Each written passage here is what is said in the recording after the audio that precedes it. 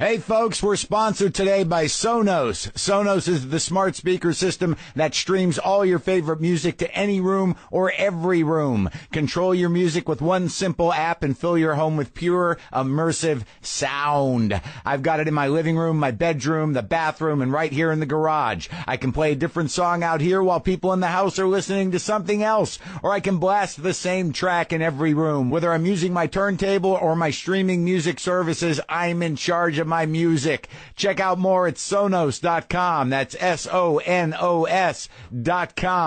We're also sponsored by Joule, the new sous vide tool from Chef Steps. Stop trusting your dinner to your oven. Ovens are unreliable. Food heats unevenly. And unless you take it out at the right time, you can ruin your meal. That's why Joule uses precise temperature control to cook food exactly the way you want it. There's never any risk of over or under cooking, and you can take your food out whenever you want.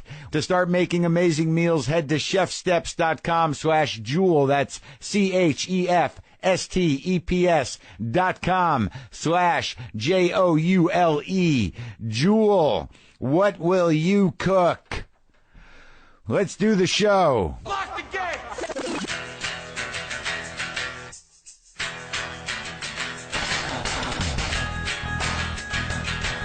All right, let's do this. How are you, what the fuckers, what the fuck buddies, what the fucking ears, what the fuckadelics, what's happening? I am Marc Maron. This is WTF, my podcast. Thanks for tuning in. Off the top, right off the top, I want to thank the amazing people of Chicago for coming out to the Vic for 2 shows I did on Saturday night. I love Chicago. I wish I could have stayed there longer. It's very weird. Very weird to fly someplace for one night and work. It feels like a dream. I don't know if it really happened. I do know that they were good shows. I know that I love the venue, but it's operating in sort of a hazy space. I'm in it right now, actually, because to travel to Chicago for one night to do 2 shows, I get up at about 4:35 in the morning here in L.A., fly to Chicago. I took some time to go to Lou Malnati's and shove about 3/4 of a small deep dish classic Lou pie into my face. And then I went for a sound check at 6 o'clock, did the shows at 7:30 and 10, then went back to the hotel, went to sleep, woke up about 5 in the morning, Chicago time, and flew back here. Both plane rides, I couldn't really sleep. I got jacked up on coffee, but I was in and out of sleep. So just the bookends of that and the fact that it happened within 24 hours, I'm not sure that I was really there. Today on the show, I have the amazing Dana Carvey, who I had a great conversation with. I had no idea what to expect. I had obviously made assumptions just based on meeting him for 5 minutes once and watching him on movies and SNL. As I always do, I'll make assumptions, and they were all wrong. We had a very nice, deep, thoughtful conversation, me and Mr. Carvey. He's back at it. He's back in the world of entertainment in a big way. He's got a special on Netflix called Straight White Male 60. That's streaming now. I was excited to talk to him. I'm a little under the weather, so if you don't mind, I have to save my delicate voice. I have to save my instrument for tomorrow's shooting of Glow. We've only got a couple more weeks. We're heading into the final episode this week of shooting. And it's been very exciting to just be an actor and to act like somebody else who's a lot like me. That's the way. He's not, but yeah, I didn't have the whole show hanging on my shoulders, and it was great. And it was great to work with other people, and it was amazing to work with all these talented women. It was amazing, and there's another week of it, but I can't show up. With no voice, because that'll be a very costly sickness. It's fucking everybody sick. Everyone gets sick at the same time in the whole goddamn country. It's amazing.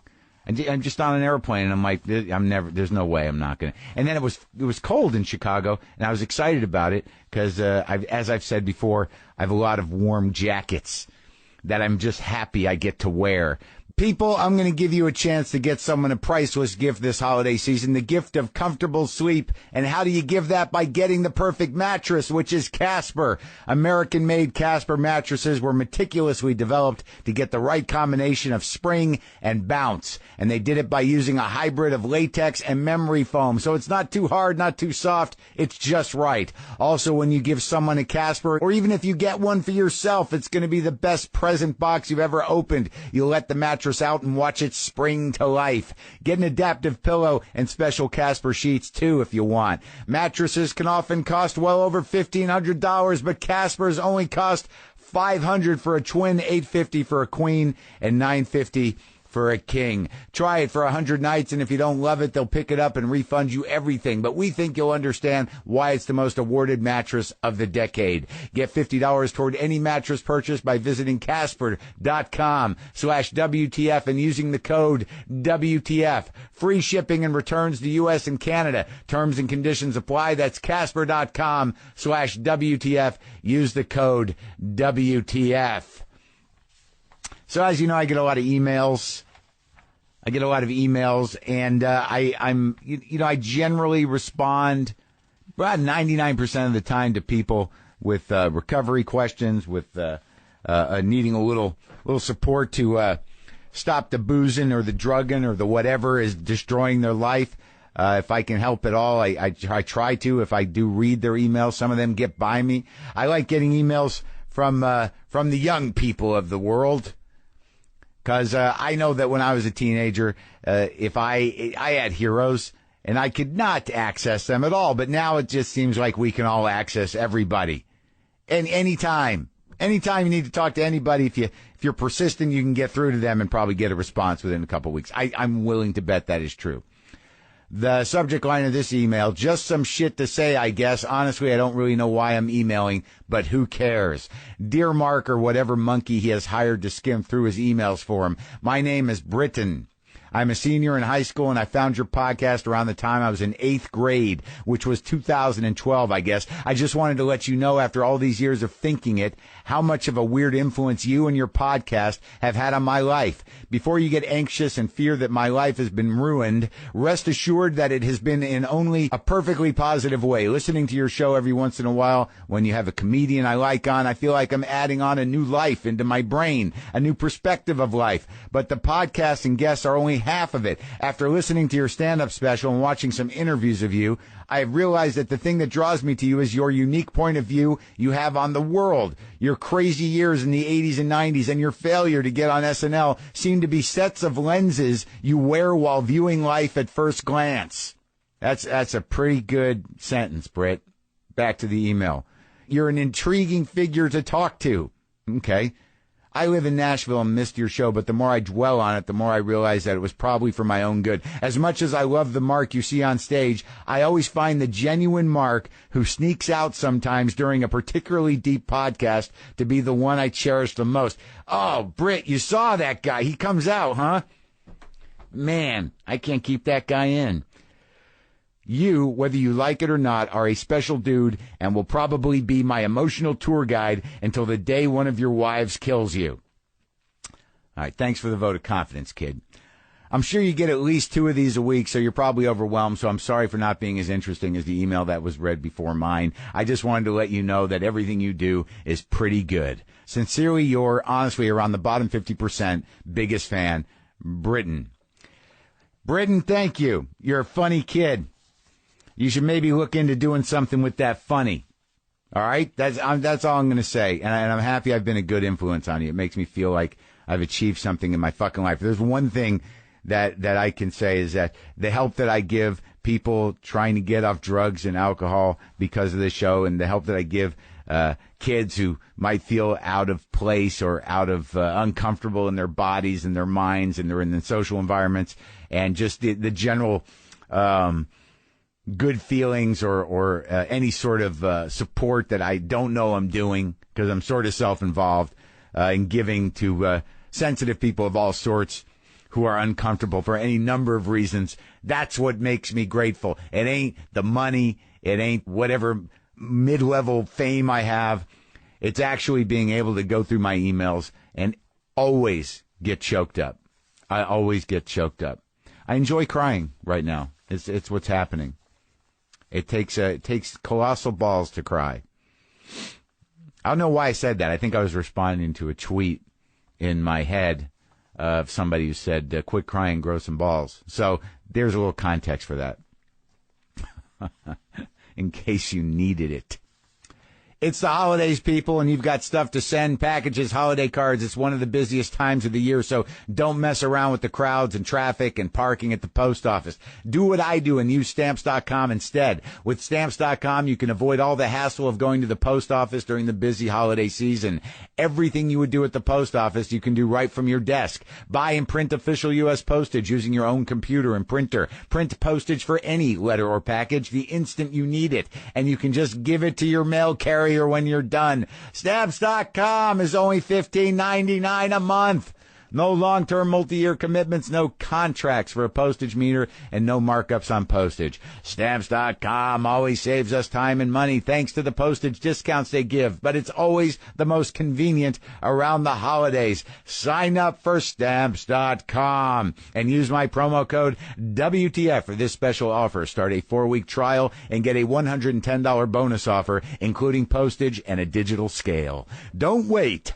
Go to Stamps.com before you do anything else. Click on the microphone at the top of the homepage and type in WTF. That's Stamps.com. Enter WTF.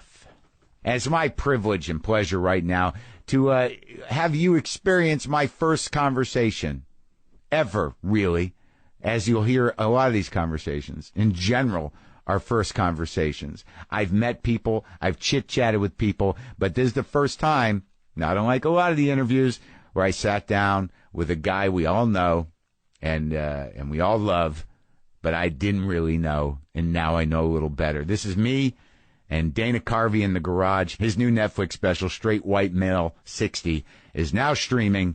So hang out. Hang out with me and Dana. My first thing about living alone here would be at night, being paranoid that someone is breaking in. How do you manage that? Do you have a safe room? I mean, the whole house. I have a security system. The fence is okay. I have a plan in my head. But has the security system ever gone off? Yes. And doesn't that scare the living shit out of you? Yeah, it's a horrible So I never put them on because they go off, and then you live with, it was just... So you've always had that fear?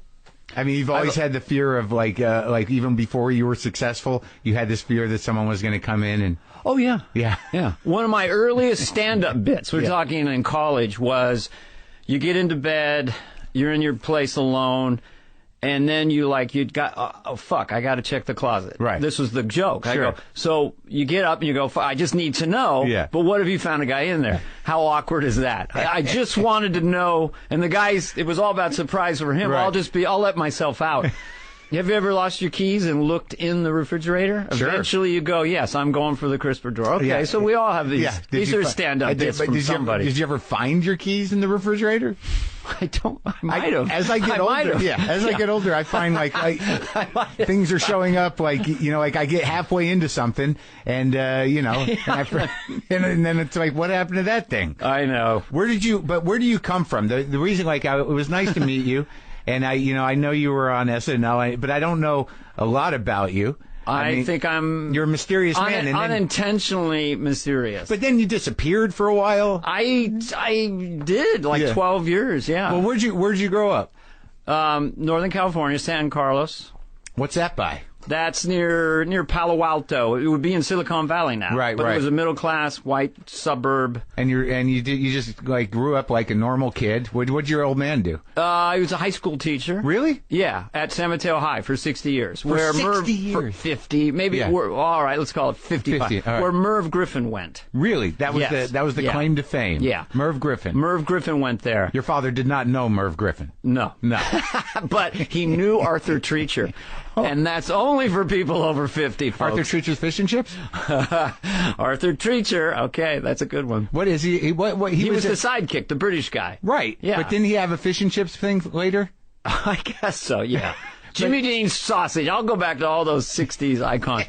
No, but, I had, 5 kids all stacked. There were 5 of you? 5 of us, all 2 years apart, younger sister, 3 older brothers. You have 3 older brothers? 3 older brothers, all stacked, really very tight with all of them. Speak to them. Was that a Catholic thing or just No, we were, at fifth, we were Lutheran, but yeah. I mean, a bit about it, but I could tell my parents didn't really believe, but felt they should go.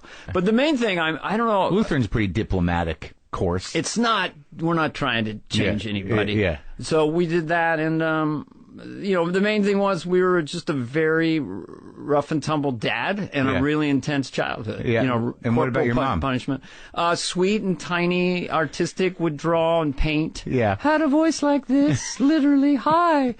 Very feminine, very, and my dad was this kind of a monster. What did he teach in high school? Business. Really? Yeah. Just business in high school? High school, shorthand. He taught shorthand, business shorthand. Yeah. So and you got along with him? No, he hated me.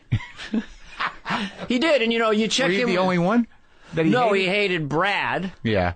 So Brad was the second one. Brad was the guy I based Garth on. And he was the science kid of the family. Is he still? Yeah, he kind of co-invented a thing called the video toaster in the early 90s. He named it the video toaster and designed the first That was a big... home editing with Amiga computers. Oh, so he got a big payout early on. He did well. Yeah. Yeah, he's the only relative I don't give money to. Okay.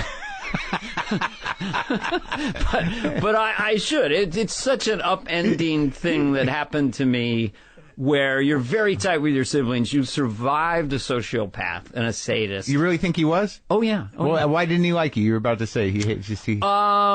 I had 2 brothers. They, one thing great about modern society, micromanaging parenting is we know that when kids are dyslexic. Yeah. So we don't make them feel stupid. Right. Mark and Scott were dyslexic, so they were in the red book. Yeah. There was the yellow, or maybe the yellow, and then you get the green. The blue book is the top. So basically, I could read, so I got pretty good grades. Yeah. And so somehow I got this nickname, Dane the Brain. Yeah. And that was enough for Bud. So, and I check in with, even in the last few weeks, I check in with my sister. I go, so he had it out for me, right? I'm not imagining this. I mean, I'm 61 years of age. Right.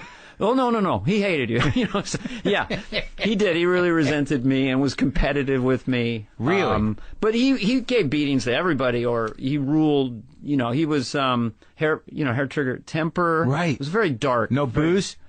He could rage with coffee or booze. Yeah. Like, here's an example, just one moment. My brother's back from Berkeley, the oldest, sitting across from Bud. They're talking about stuff, and he naively said to my dad, well, that's just a cliche. They were sort of having and he took a big goblet of red wine and wound up like this and threw it right at my brother's head.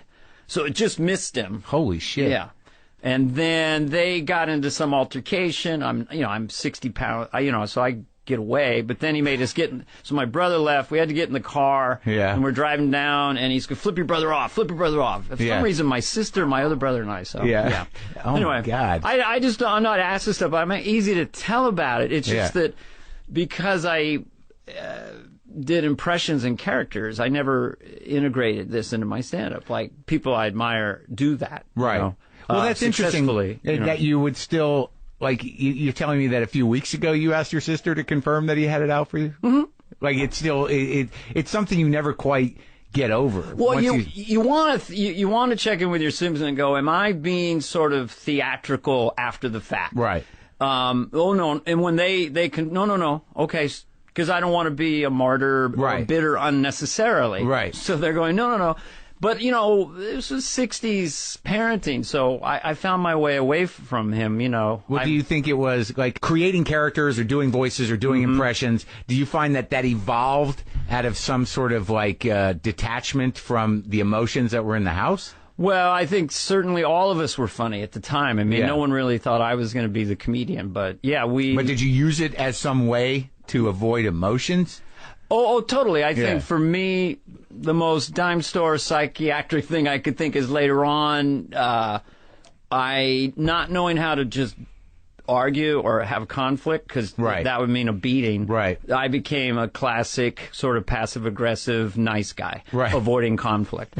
And I think that I got some pleasure out of one of the first characters I did, the church lady. Yeah. Because she would just say all this stuff in this left-handed way. Yeah. Well, I think I have a certain shut down emotions in a way from my and part of it professionally when you're on Saturday Night Live and it's all going wrong, and I learned to live in that place. Like, okay, I got to be tough right now. You were familiar with it. Yes. And besides doing a whole distance running thing, which was very painful, which I think helped me survive also the high school years. Oh, you were a distance runner? Yeah, on a very intense program, Carmont High School. Oh, really? You can look it up. Marine coach, real tough, national champion type level, 410 milers on the team. I ran 427, but we would run 15 miles, 20 miles, repeat quarter miles. I mean, this was during the Frank Shorter, Steve Prefontaine American Revolution. Of running. And I think that, people who go into distance running are kind of a little messed up. They want the pain. Yeah. Because it gets them outside of that other pain. Do you get to that other place, though? The sort of euphoria of crossing a line? Well, man, I could use it now. Yeah. I mean, back then, I don't even think we knew how high we were getting. Unbelievable. But now I could really use it. I get it. I go up Griffith Park. I go there 3-4 times a week and go right up past the observatory, right to the top, as hard as I can. You do? I do it to get all this anxiety out. Yeah. It just that elevates me. It's not discipline. I go like my Pulse 190. I mean, I'm just like, I waste myself on the mountain. Really? Yeah. Well, it's interesting you say that about the kind of like nice guy, passive aggressive guy, because when I've not I think I'm trying to remember where I saw you briefly years ago, but you always struck me as a nice guy, but I always there's something else going on. Oh yeah, no, I mean I'm not a nice guy. There's got an edge to it. Absolutely, hyper competitive. Politeness is loaded. Totally. Oh, yeah. My kids always say you should bring that on stage because they see me being sarcastic and whatever, or cynical. Maybe it'll come out in this interview, but, it's when someone knows me, I don't sit around and do George Bush Sr. It's all about sarcasm and just complaining. And well, there's guys that are good at that. I mean, the new stand-up special is mostly straight stand-up, right? Kind of. Are you going to continue this trajectory of being honest with who you are? I might. I don't know. I mean, what happens is you get caught up into sort of a brand. I hate that word now, but it's used everywhere every second. Right. And eventually, everyone in show business becomes a caricature of themselves. Yeah. Everybody. Yeah, well, you're hoping. I guess. But it can be sort of, when I was doing Carson, Leno had told me that, when it kind of turned into this other sort of feeling, it wasn't just having fun with Johnny, but it was sort of that he would walk down the hall and say, I'll do the voice, they're making fun of me now, it's time to go. Yeah. But Johnny, as Lorne Michaels would remind me, in 1972, was as cool as anybody around. Sure. Now. Yeah, smoking, drinking, babes, whatever. Hanging out. Yeah. It was that last sort of wave of that old Hollywood. Yeah. Well, when you started, impressions are tricky because, we can talk about that more specifically in a minute. But so you're in high school, you got 2 older brothers, 2 younger sisters. A younger sister, 3 older brothers. And they're all still around? Yeah. And they're all doing okay? Yeah. Parents are still around? No, they went to Jesus. Yeah, they did. Yeah. You sure? Bud died 6 months ago. Your dad just died? He made it to 92. Yeah. Was he cognizant? My wife, who's, long story short, sort of became the one who would visit him the most toward the end and became his caregiver. That's interesting. I know, just by weird circumstances. She felt bad for him, or? Well, he was up in Northern California where we have a house, and she was going back and forth to L.A. because I moved back down here 2 years ago. So she was there, and my sister was she was daddy's little girl, so she had sort of feelings for Bud, and but she was in Connecticut, right? So Paula took over, and toward the end he was real fuzzy, but she said we both looked at Trump when he first emerged on the scene, and she goes, "Oh my God, it's Bud." Yeah. So I know Trump Right, I know narcissistic bullies. My father would be, I was an educator. Oh, Jesus Christ. I mean, he would, the bragging and grandiosity. Yeah. And so, but yeah, he went, and I didn't feel anything, to be honest. Except relief. Yeah, I wonder that. I didn't want him to suffer. Right. I'm not. Sure. But it's weird when the bond is broken, when you don't have that emotional trust of a parent, you don't feel that connection that you're supposed to. I know. And I've heard a little bit about you and your dad, but when I hear someone else talk about when their dad passes and how devastated they are. Yeah. I'm sort of like, wow, what must that be like? Well, he didn't allow there to be that connection.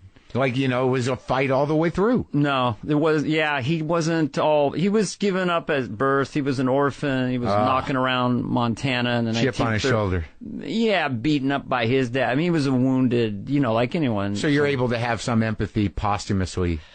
I guess. I'm not trying to force you. No, these are big questions. Like, well, why did I not emulate that? And why does someone emulate when they're... why do you become that? Why do victims sometimes emulate their person who abused them? Did any of your siblings? No, I can see dribs and drabs in my Sure, my you brothers. know, you've got the reflexes. I mean, if it's weird when you grow up with a bully, you have it in there. And you got to choose to fight it, but you do have it. Yeah, I guess so. Yeah, you wonder, but that's another thing I check with I go, can you guys see any butt in me at all? And they go, no. I go, feel free to tell me, But I see different personality traits them and Bud. But that was, when I had children and I think of them in that environment. Yeah. It would be very heartbreaking, right? Yeah, I think that. For me, what's helped me in life is every time you give something up, you get something, and vice versa. So what I did get was, since the childhood was so like that, just moving out my Volkswagen Bug and living near the San Francisco airport on a frontage road, eating tuna pies from Safeway for $0.25, the whole thing.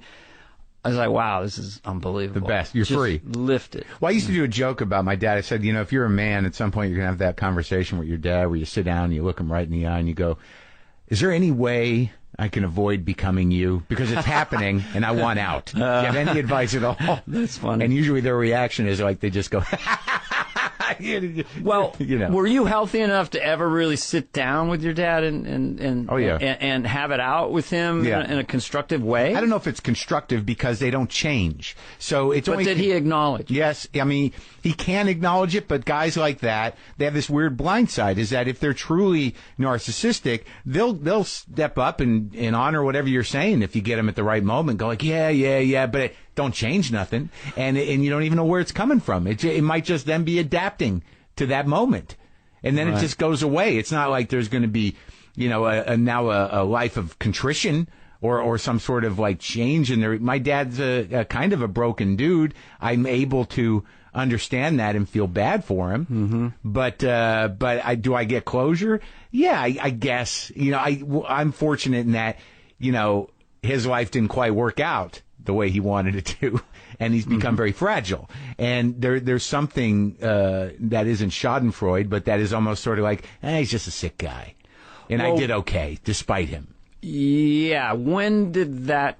How old were you when you you're on the scene? Like, Mark's going to be a famous comedian, and he's going to make a lot of money. Oh, you mean how old were you, and how old was he? When I started doing it, or when I started to become a success? Kind of, it was clear you were going to be successful. Recently. So this is all recently. Like, 6-8 years ago? Yeah, Since this, and then the show? Right. And how old was your dad at that point? Well, he's 78, I think. So what was that like when that happened? Well, there's a resistance to it. Yeah. They do not want to, I think they see you as an extension of them somehow, even if they've beaten you down. Right. That they have control over. Yeah. So once you start to go against that script where you're clearly having your own life, then you become this weird threat. You're always a threat, but then it becomes a threat that's not in the house. Right. Like I wrote a book and I talked about him and it just leveled him.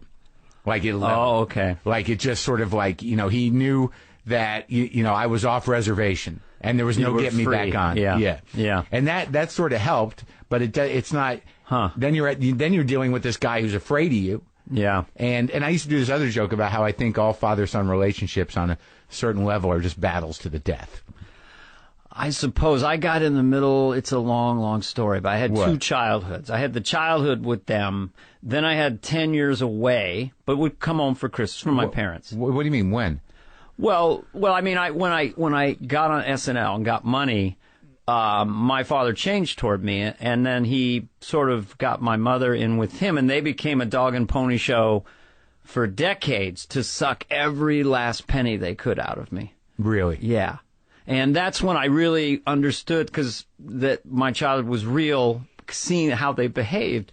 And that was pretty dark. Well, that's really dark. And I got in their marriage a little bit, but I learned after that. My mom at What do you mean? Well, my mom said she didn't want him to buy a camper. So I'm just coming off Wayne's World, and I go, Bud's buying the camper. So for some sick reason, I was going to call Bud and tell him he couldn't buy the camper. It's ridiculous. With your money.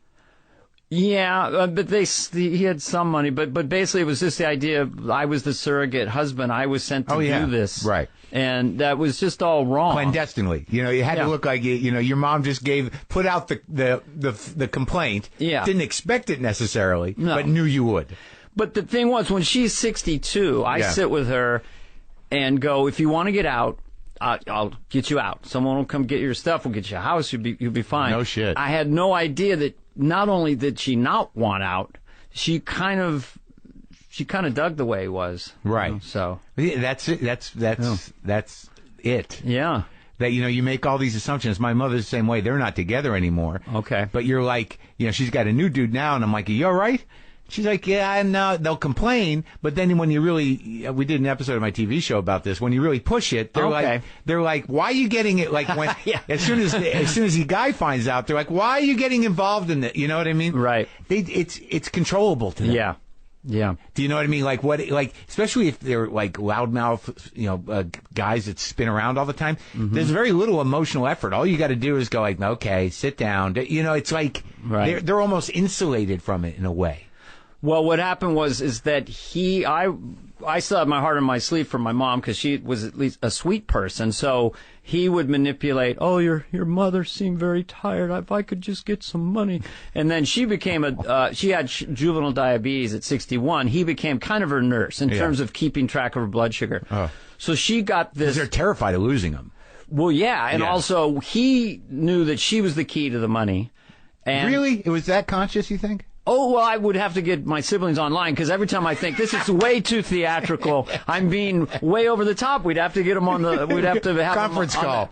Yeah, and they go, no, that's pretty much right. Seriously. Oh, man. Seriously, it was so bald-faced, but I played into it. I only started getting therapy in August. Just this last August? Yeah, I was having dinner with Conan. He goes, I think you deserve to be happy, so I've been in it now. But now, it's sort of sad in a way to realize all these things 6 decades in, It's like, okay. Yeah. But there'll be a lot of choices going forward. I'll try to be healthier about it. Yeah, just mentally and emotionally. Just not writing checks for my parents and never really being... Well, they're dead. That'd be weird. Yes. Then you get real problems. That was day one with the therapist. People go visit grave sites. I just tuck a little 20 right under the thing. Oh, I want to. But yeah, I was a rescuer in a way. Like when part of my psyche when I comes in here, and I realize it's sort of like, I wonder, is Mark okay? And I'm okay. It's the way I think. It's just the way I think. Oh, he lives up here, and I hope he's got a new show. I don't know. It's the way I think. And I'm not saying I'm as selfish as anybody else or narcissistic. No, I know. I get that with some people. I get it with some people. Where I get concerned about them. And, even if you don't really know them. Like, you're just sort of like, I hope he's okay. Yeah. I had Al Lubell on this show because of that. Oh, really? Yeah. Well, yeah. He's not that okay. You know what? I was doing a gig, and someone came, and Al Lubell came maybe 2 years ago, and I hadn't seen him in 40 years. Yeah. Yeah, but talk about it's just all on his sleeve. And, did he talk about his mother and all the stuff? Dude. Yeah. Oh, I've heard all the stories. Yeah. I didn't know he would go public with all that. He does it in a one-man show now, I think. Well, now he really owns it. Right, but I don't know who's going to that or what kind of entertainment it really is. But no, he really owns it, and it's heavy. such a sweet, wounded guy. He is. Yeah. And he was funny, dude. I mean, he was, like you said, he used to kill. Oh, he killed. He used to kill. Yeah. I mean, I did one of my first weeks with him, and you just sort of like, oh, my God. And he'd do that song forever, just killing. Yeah, and you go, and back then it was like, I should sing a song. Every time I saw a comic, at one point, because sort of novelty comedians were exploding, like Howie Mandel would have the thing on his head.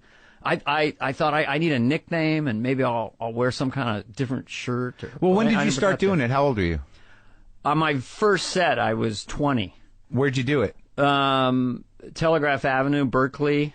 Not a club, open mic. I went to watch because it was fascinating to me. I'd never done theater And art. this is when you were living by the airport? Yep. So you moved out of your folks' house. You didn't go to college, or you did? I did. We all went to community college. Yeah. All the gang, nobody, and then went to San Francisco State. But it wasn't a comedy club. It was in Berkeley at Telegraph Avenue. And it was just these comedians going up that weren't famous. You remember them? Oh, yeah. Mark Miller came up, Mitch Krug, and then Robin came up. So I literally had a napkin that I'd taken out of my pocket because they said there'll be open mic at 11 o'clock. And I started writing down, because for my friends, I did a Howard Cosell. You did impressions. Yeah. For friends, at junior, when they were stoned. You know?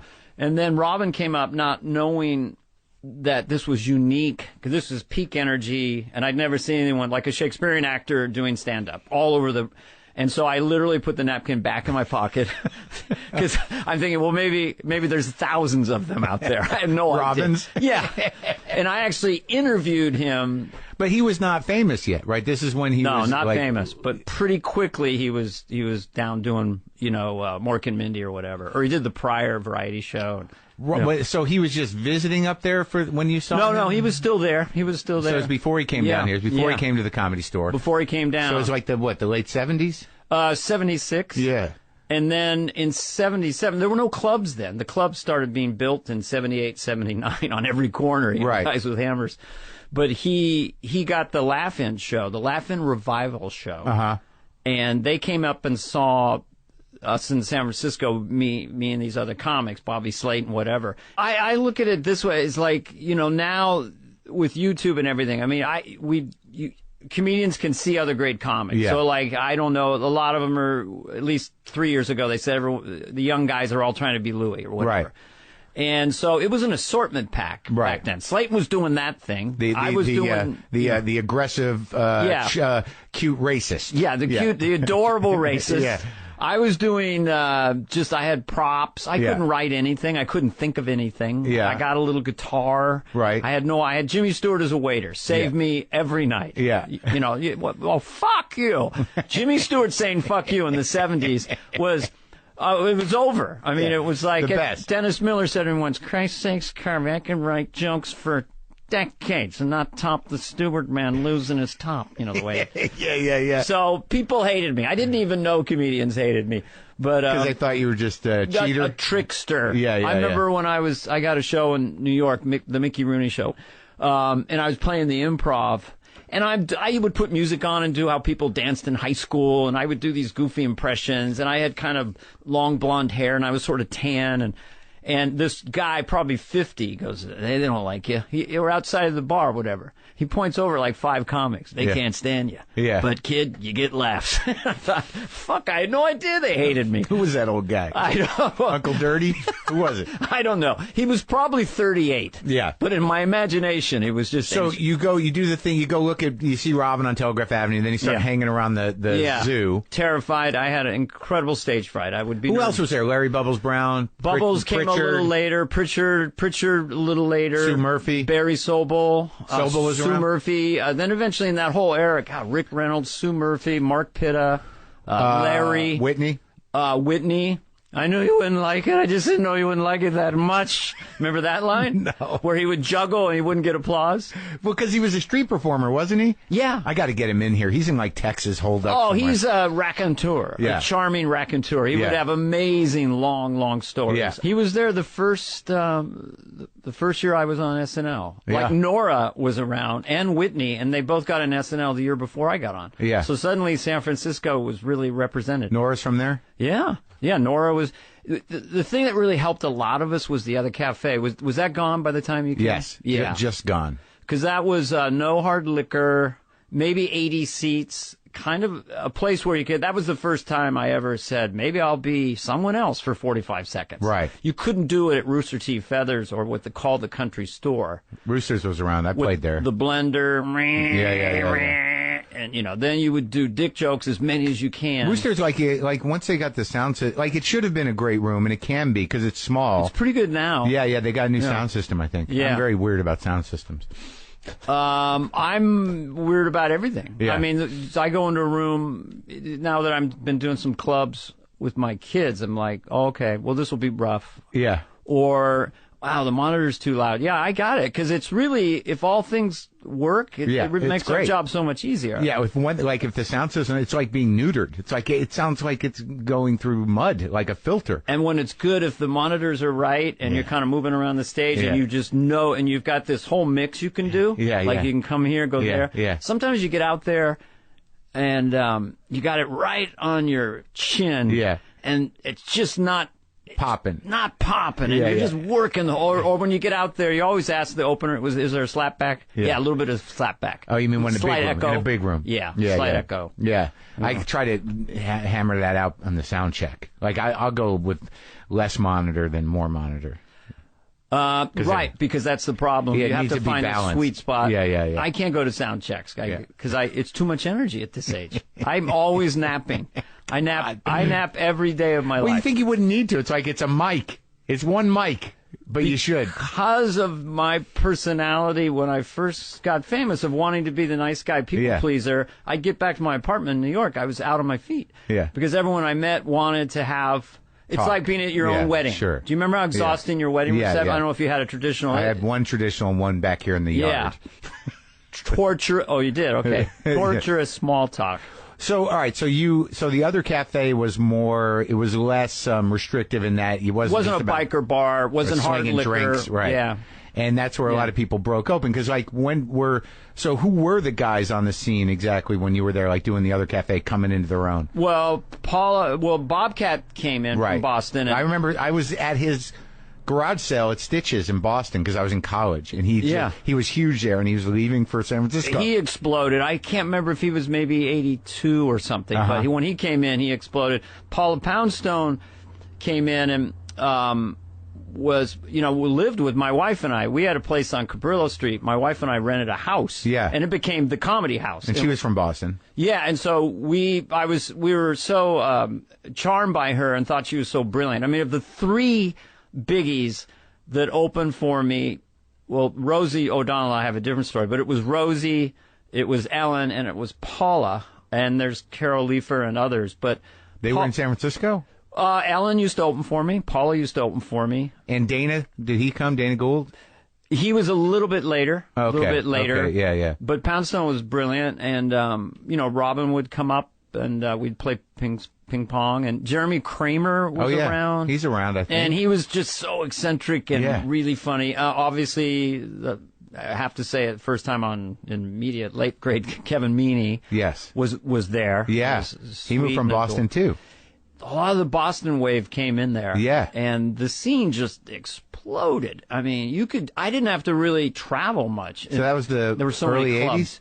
Yeah, I mean, you had Roosters was great. The Punchline came in the late 70s. The Punchline, Cobb's moved around in different locations. So in the city, you had three. There was an improv for a while. Right, I remember that down in on Mason. Yeah. Yeah. And then Roosters. Then you had John Fox booking you up at in Seattle at the Underground. I'll gladly have you do comedy today, and I'll pay you tomorrow. Yeah. You'd wait 2 months for your check. Yeah. But he booked that place, and I would play there 3 times. Seattle Underground? Yeah. It was good. It could be hot, except Friday Night Late Show. I had a couple of times where people decided to come on stage. Yeah. Oh, really? Spontaneously. Do you hold your ground when they come on? I don't. Yeah. I'm not a fighter. Yeah. I go, you got it. Yeah. Some guys want to fight for the stage. What? I'm like, what the fuck? Well, I've had people I've diplomatically said, what do you need? Do you need to tell a joke? Well, that's good. And then it hasn't happened that often. But, one time at the Punchline, it was funny. I'm on stage, and some dude just jumps on stage. Yeah. And I'm like, what the fuck? Like, I get my first response is, MySpace, right? What's happening? Yeah. And the dude was just He wanted to get to the bathroom, and you know how that stage is. It's up, and the bathroom's in the back corner. Right. So he just decided he was going to make a run for it. Get on stage, cross over to go to the fucking bathroom. Well, there's nice drunks. You can tell. Usually, you can tell a nice drunk just wandering up and, hey, you got it. You know. Well, why would someone be hostile at you? What are you doing that's making them upset? I don't know. I was always there. I was there to slay the audience, to win, to please. Only later on did I realize that, I was doing stuff that I wasn't really proud of. Yeah. But, you just want to survive. But you had a guitar. You had what? So when? What was the first hour? Good question. Well, between 1980 and 1986, I had this long, bizarre route where I was doing stand-up in San Francisco and making a living. But I was in L.A. I got with Buddy Mora, Rollins, and Jaffe. Yeah. And they were managing you? They were managing me. Yeah.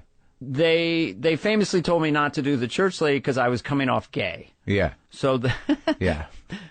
But I was only doing 2 minutes. I said I do on stage. Yeah, I'm doing an hour. I do 2 minutes of this, patronizing. But I think eventually, and between 83 and 86, what eventually came in was a bunch of impressions. Casey Kasem, Jimmy Stewart. And I had the church lady became a longer bit. At first, it was just an attitude. It was almost like what Gaffigan does. Yeah. It was an ulterior. It was like his other voice. What people are thinking about me. That's the way I was using couching. Isn't that special? Right. It was like, well, they let little children on stage because I looked so young at the time. Yeah, Meanie did that too. He had his own version of the ongoing monologue. A great technique. And also, church lady was fantastic for hecklers. Yeah. Oh, right. We like to have a little drinky and Mr. Mouth. It just never fails. Has never won't get a laugh. And I think it's just patronizing. It has nothing to do with it. Right. I had that. And disarming. Yeah. I got the chop and broccoli thing. I don't know if I'm proud of it, but it never got out of people's heads. Chop and broccoli? Chop and broccoli. Yeah, it's still insanely become a thing that I have to do every time. I did it once on SNL, once at Comic Relief. Yeah. That happened to be at the Improv at that little piano one night. Midnight show. Which Improv? Hollywood. Here? Oh, okay.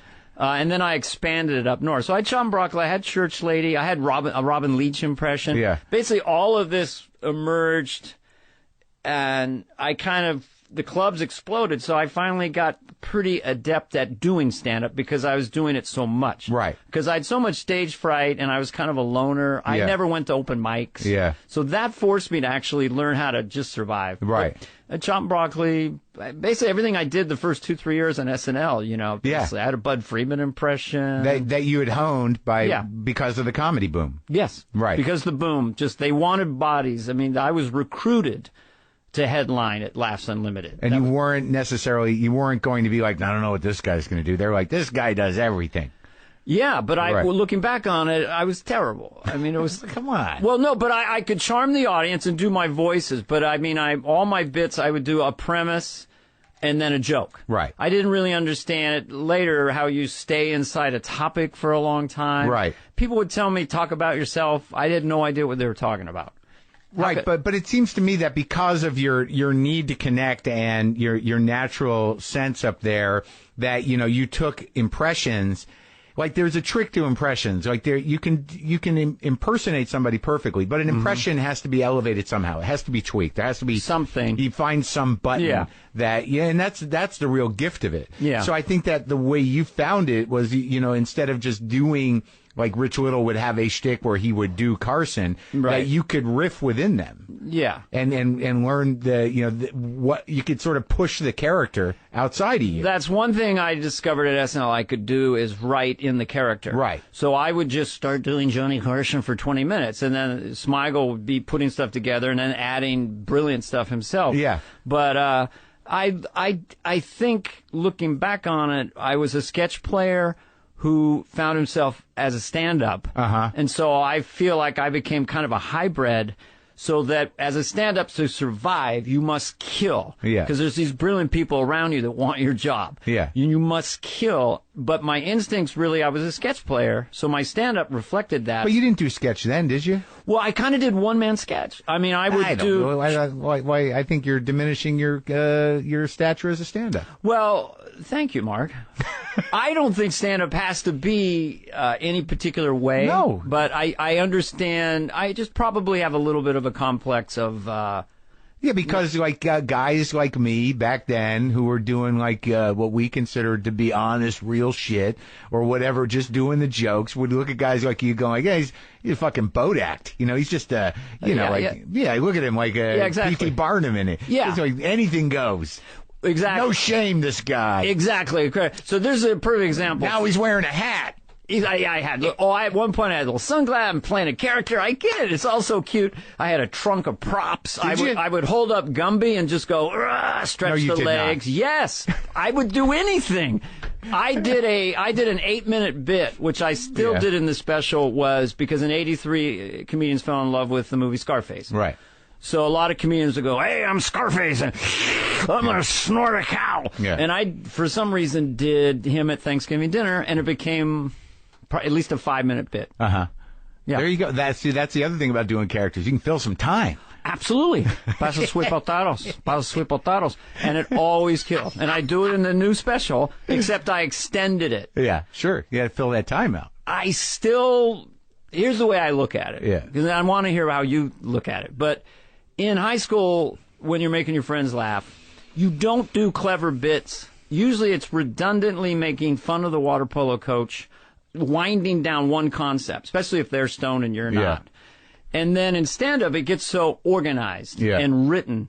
But ultimately, the things, I grew up with Kaufman. Yeah. Thank you very much. That rhythm of that character, Monty Python. Yeah. Spam, and all these, and Steve Martin. That's what you gravitated towards. Musicality and rhythms that would be repeated. I think it's, and now I look back, it's kind of old-fashioned. Like, here comes the church sleigh, and guess what? This is their catchphrase, and here it comes. Yeah. Well, isn't that... like, it seems so corny. But it does help people communicate with each other. No, absolutely. Because peer groups have their own catchphrases. Yeah, absolutely. And I don't think it was dubious or devious what you were doing. This was how you performed. And there was a lot of vulnerability to it. And there was, no one ever, when you did something... Like, there are impressionists, like, I don't know who the fuck Rich Little is. I don't know Daryl Hammond that well. I know enough. Yeah. I didn't know Phil, but he seems a little more like you. But, like, I always see Dana Carvey. I don't say, like, well, that guy's afraid to be himself. I'm better at it now. Yeah. I would say that like, if you were unknown and I did a perfect impression of you, you would be my new character. Right. But then if you got famous, you'd be my new impression. So Garth was just my brother Brad, but that was a character. Yeah. And Hans and Franz was just... I got bored with the character. At first we talked like Arnold, here we are, Hans and Franz. But by the end, I was just doing this. And the reason is because they would put this enamel between my teeth to do the gap. Yeah. And I didn't want it to smear. Yeah. So I would be, right before I'd be checking myself, and I'd see that I had this little grin, and that's the reason he started talking like this. But someone who's that pleased with himself, that's just funny, right? The rhythm of that. Sure. We like, oh look, I'm buttocks off now. So... that just still makes evolved out of adapting to makeup. Yes, because of the enamel on the teeth, the black enamel. You look in the mirror and you go, "That's who I am." Yeah. Oh, it's incredibly powerful. Is it relieving? Well, I was listening to Michael Shannon, the interview. Oh yeah. It was interesting about Anthony Hopkins because leaping forward, I end up in a movie with Anthony Hopkins. Yeah. So Anthony Hopkins hated his father too. So we bonded so greatly that on the last day of shooting, he very shyly said, would you like to come in my trailer and have lunch? Someone had booked Entertainment Tonight or something during my lunch hour, and I said, I gotta have lunch with Anthony Hopkins. So the woman started crying. We can't wait. So I told Anthony, I can't. And then after the thing wrapped, that was the last day of shooting, the assistant goes, he's never invited anyone into his trailer. It's one of those things. But he and I bonded over the father thing and impressions. Like he would do James Cagney, or he would do Hannibal Lecter, and I would do Garth, and he would do Clark Gable, and I'd do Jimmy Stewart. And what he said to me was he would read the script 200 times, but not think of anything. He had a Polaroid picture back in the day of him in character. Yeah. And he could be talking to you like this. They'd yell, speed, whatever, and he would just look at it. bend over and go like he's sucking it in, and then he says it was all self-hypnosis between action and cut. To get into character. Yeah, he never thought about anything. He read the script 200 times, and then he just would look, be the character. Said he did Howard's End. He looked in the mirror, saw the mustache, and said, "Oh, I'm that guy." Right. So, and then you lock into it. I think that's the trickiest thing. Even when I act or when I mean, I can do some impressions for maybe if I'm like just impulsively in it, but to repeat them and say like, this is part of my act, I can't do it. I can only do it if I'm feeling something. Because like what it takes for me to get into it is somehow intimidating to me because I feel like, well, I don't want to disappear for too long. You're afraid you might not come back? Well, it's just weird that like, because like the enemy of doing that is any sort of self-consciousness. Well, I was listening to the other show, and you were talking about how you played in Nashville or Tennessee, and I really related to it as a stand-up that voice was quiet the entire set, which is really unusual. It is, and very hard to do, but it's such a wonderful place to be. When there's no second voice, right? And you're just in the moment. And that's all I'm trying to get to all the time. And that's why the special, when I look at it, I can't look at it objectively. I just see someone who's in his head trying way too hard. Come on. No, I do. Can you look at anything you've done with the? I probably have walked off maybe 10 times where like when I did El Cantori or the Pepperboy sketch with Sandler, I go, okay, that's a 10. But mostly, but I'm not self-indulgent about it. I understand people would enjoy what I do. Yeah. But I do have that still. It hasn't gone away. I don't have any sense that I was on SNL, I got an Emmy, I was on Rolling Stone, and it completely disappears. Yeah. I'm doing it as if I'm unknown.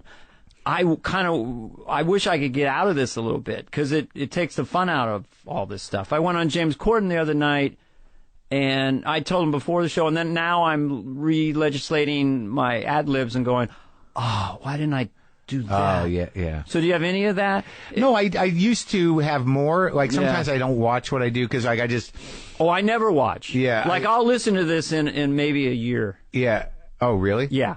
Well, I mean, I know that it's usually for me, like I know exactly where I'm unsure of myself when I watch myself, and I know where I could have done something a little differently. But a lot of times when I used to do Conan, a lot of the bits that I would do on panel were not finished, and they became finished, and I just had to live with that. Like they were funny enough for panel, but like as a stand-up, a lot of them continue to evolve. But the thing I don't like seeing is I used to think I was hiding my anxiety or my nervousness or defensiveness, but I would see it in my eyes. So for years there was this thing like, am I going to have the look or am I not? Totally. I totally relate. And I know the look, and I know that was what was holding me back, and I knew there was nothing I could really do to make it go away. Maybe it would, maybe it wouldn't. Right. And then there were times where, like, there were just these miracles where I do, like, on my first Letterman, like, it was almost like I was channeling the history of comedy. I chose not to have a mic. I used my hands properly. I had a nice suit on. I was delivering jokes perfectly, but it was not me. So then it was me, but it was, like, not, when you see me in a 5-minute set, you don't walk away from it going, like, I get that guy. Like, I need more space and time. Yeah. But it took a while for me just to be like, well, fuck it. This is who I am, and when I do panel, like with Conan, he's always sort of like, "Are you all right?" And I'm like, "I don't know," I'm that guy, and that's okay. No, it's totally fine as long as it doesn't sabotage. I mean, as long as you can get some joy out of this career we've chosen. Right. Well, now that's starting to happen. Right on time for the president to outlaw media. I think it's so fabulous, Mark. We're terrific. Just this. I mean, after he won, he just went so comatose. He was just almost on 60 Minutes. What we're going to do? I don't want to hurt them. I don't want to hurt these people. So. I mean, I just, when I do that, I find it interesting. I'm not trying to be totally accurate. It's like a character. Right. And it's an interesting, weird voice. It's kind of strange that now I guess I will address it. Yeah. You going to do it? Well, I'll every week there's a little something that I look at, like when I saw him and Obama. Yeah. I just thought, part of me was him saying, "Please don't let go." I mean, he was so vulnerable in that meeting. Right. Yeah. We'll stay right here. No worry. We can shake as long as you want. Please don't let go. I'm so scared. I don't know. So those are I do these little. I don't really think them through Vignettes, much. yeah. Just boom. That's just funny. When you watch other impressionists, do you kind of go like, all right? I mean, like when you Oh my God! I see Kevin Pollak. Oh, he was there, wasn't he, when you were there in San Francisco? Of course, yeah. He was a mainstay. I mean, I was from San Carlos. He was from San Jose, 20 miles, and we were always the Peninsula boys. But did you guys have conversations like, are you doing Peter Falk tonight? Or Yeah, I think we kind of navigated naturally. You didn't do a Nicholson, though, did you? I did, but not near as good as his. It was like the Walken of the day. Yeah. Like you had to do it. Yeah. Yeah. Now out of board. Did you pull your hair back? I didn't do that. Okay. No. I didn't do the hair back. No, I never did that. My big one was Jimmy Stewart. I wonder what else. Well, I had Robin Leach. I'm yelling and I don't know why. Yeah. But I never, go ahead. I never consider myself a pure impressionist. Right. Like Rich Little was. Right. Or is. But I do them when I need Pollock's a little more like that, I think. Like he was very deliberate about, this is, staying like, this is the impression of this guy, and this is the impression of this guy, right? Yeah, his Peter Falk was ridiculous. I mean, he would work on them to the point where they're ridiculous. Like his Walken is ridiculous. Yeah. It's like Frank Caliendo's Morgan Freeman is now officially ridiculous. Yeah. And I don't know if in a good way. Ridiculous in a way, like, seriously? No, yeah. Really? Come on. I don't know if I ever got anyone that accurate. I mean, Mike Carson was kind of accurate. A lot of them were abstract. Obviously, George Bush Sr. was a complete abstraction because there was nothing there that we thought to do. Right. So we had to invent this character, we meaning me and Jim Downey and Senator Al Franken. Yeah. But you have to focus in on the repeats, these weird character moments. Yes. That are repeatable and like there's something really amazing about that you have these guys that you look at them and like George Bush Sr. Where you're like, this guy's got nothing, he's flat. Oh, nothing. But there's a repetition of something. There's a shrillness that you found. That becomes the funny thing. And the lazy syntax. I mean, the key to that was just one night with Al trying to pull my hair out, trying to do it. It took a year. And just that thing out there as I'm waiting, and that whole area. And then I remember Whitney coming in, because then, when you're on SNL, it's the bully pulpit. And then the New York Times was sort of observing the same things, but not giving me credit, according to Whitney. Yeah. They're doing you now. They cripped you off. Well, how did you get SNL? Oh my God, what a story! I auditioned in San Francisco. Al Franken saw me, didn't get it. I auditioned at the Comedy Store. It was probably '84. Franken saw you? Yeah, but I was probably a little nervous. I had that look, and I wasn't. He was funny, man. Yeah, he's a great writer, really smart. He was great to do political comedy with. And Jim Downey, who's more of kind of a conservative, but brilliant. He was like the head writer forever, wasn't he? He was, it was just fantastic. But so you didn't get it in San Fran. Who else was on the audition? Probably Slayton, probably Pollock. But when I did one night at the Comedy Store, I can't remember if it was '84, where it was 5 minutes each, like 20 of us. Yeah. And no MC on stage. Yeah, you just brought each other up or off stage? Off stage mic. And this sounds like a bit, but I followed Kinnison in his prime. So what year? Oh God, was it 84? 4, 5? Yeah. Kinnison exploding. That first record. And I followed him. Well, isn't that just death? And then the show comes around, the year Lovitz and Nora. Who was in the room that night watching? Just lieutenants. Lauren wasn't there. Right. But it must have been producers and stuff, but that was it. Yeah. And I was just terribly depressed. So you're bummed out? For months. Yeah. Really. And so it came around again in '86. Yeah. And I thought, I bombed so many times auditioning at the Improv, and so many times I'm playing to dead silence at 8:30 on a Wednesday. Norman Lear thought it was good. It's like, fuck.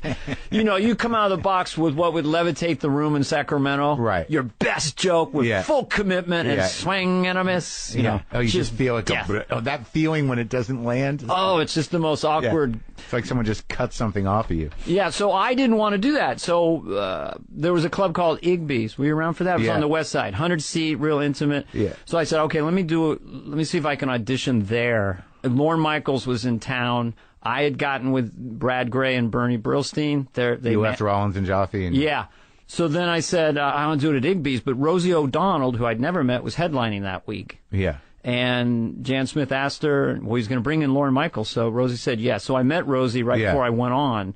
We flipped a coin. And she was at the peak of her stand-up thing, too, right? Yeah, and she seemed like Ethel Merman. She seemed like a tough, really funny, mature woman. I guess she was like 26, but she never, she was powerful personality. Yeah. And so I went on first, scared out of my mind. Really just, this is it. Lorne Michaels is coming to see me. Yeah. And he walks and I see him. Yeah. Then I see the head of NBC, Brendan Tartikoff. Yeah. And then I see Cher. Yeah. And then, and now, ladies and gentlemen, Dana Garney. But I did a C-, but I was in really good shape for performing, and the audience was not an industry crowd. Yeah. So I think that really essentially got me the show. So how soon after that are you going to New York? This is in July, and he says, come out to Long Island. I can do the voice if you want me to. Please. Dana, you come out to Long Island, we hang out, this and that. So I did. At his house? Yeah. So I just move in with Lorne Michaels. No. For like 3 weeks. Really? Yeah. I've never heard that one before. Yeah. I've never heard anyone have that experience, that they auditioned and you have to live with Lorne Michaels. I had no idea. So I'm up there with Lorne. Chevy rented a house in the neighborhood. Whitney was around a lot because he was kind of the head writer at that time. And Lorne. And we just You hung lived at out. his house? Yeah, we just hung out. And that was when, the whole, which I talked about before, but McCartney came over with Linda 5 nights in a row and came because they lived down the street, or they had rented a house in Long Island that summer, and they would come over, put their kids to bed, and we'd all smoke marijuana together, and laugh, and play. Did you play guitars? No. But this one is kind of interesting. You might find this interesting. So when I met him, it's not a joke. I had to answer the door. Lord, you get the door, and he did say, "Your face is going a bit funny." Because I'd never even been on TV, or like I'm not anybody. But he was, I had the presence of mind to not ask him anything to do with the Beatles. I brought up an obscure song called Tug of War, and I asked him about the chorus. Yeah. One day we'll stand up on top of the mountain with our flag unfurled.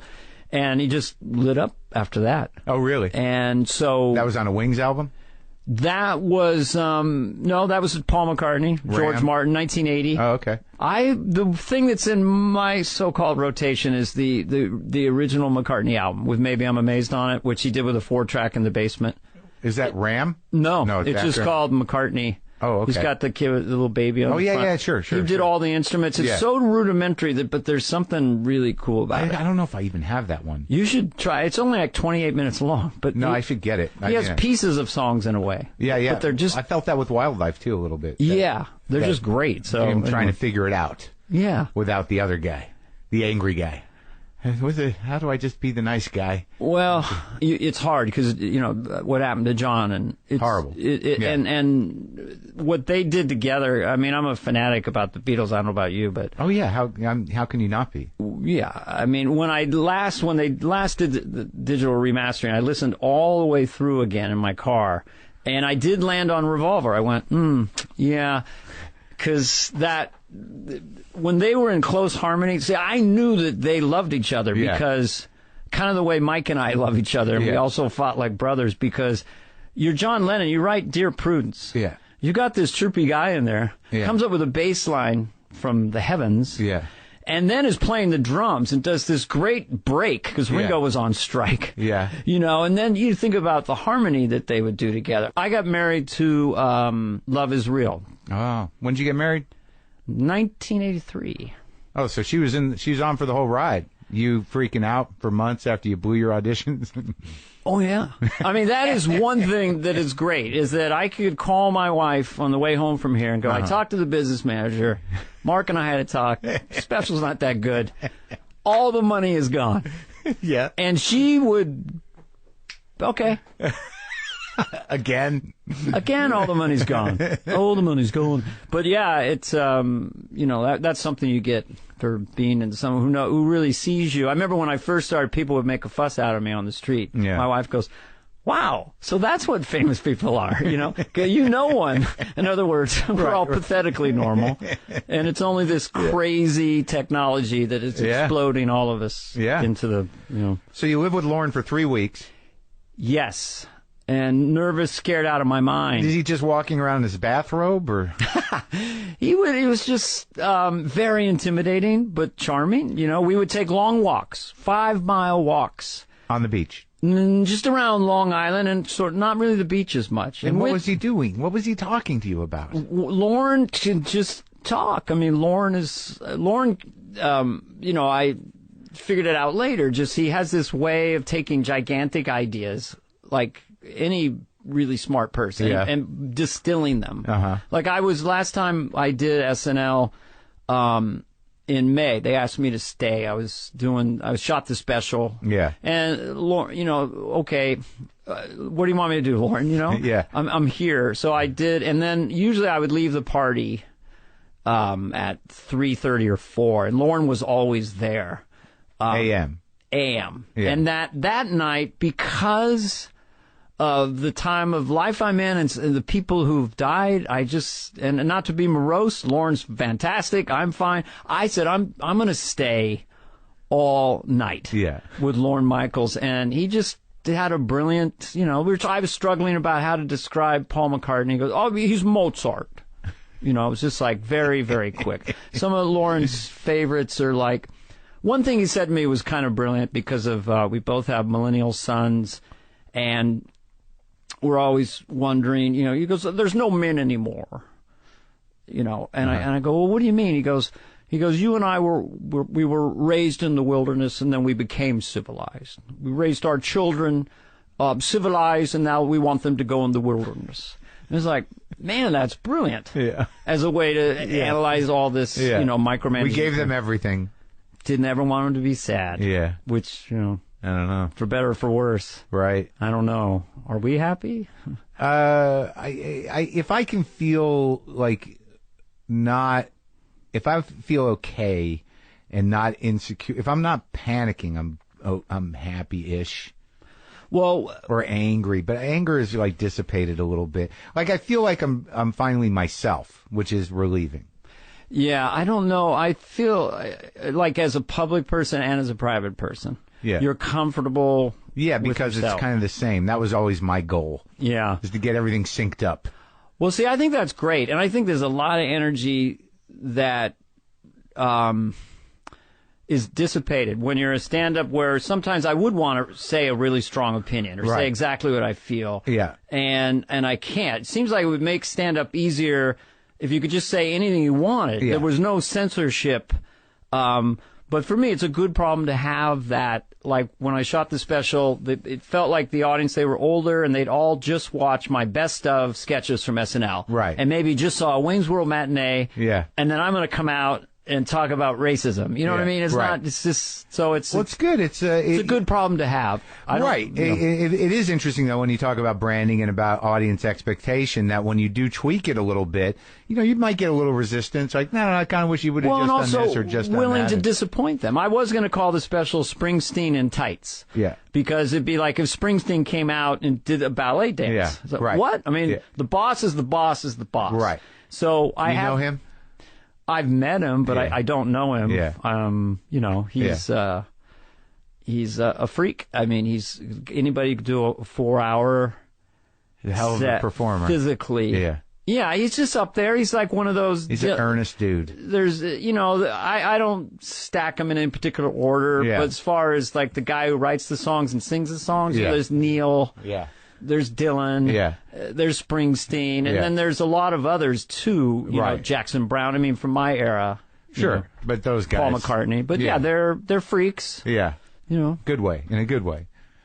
Right. Just just they're anomalies because they are singular, and they're huge. Yes, and they deliver. If I could almost do anything, it would be able to sit down at a piano, play beautifully, and sing an original tune. Yeah, you can't?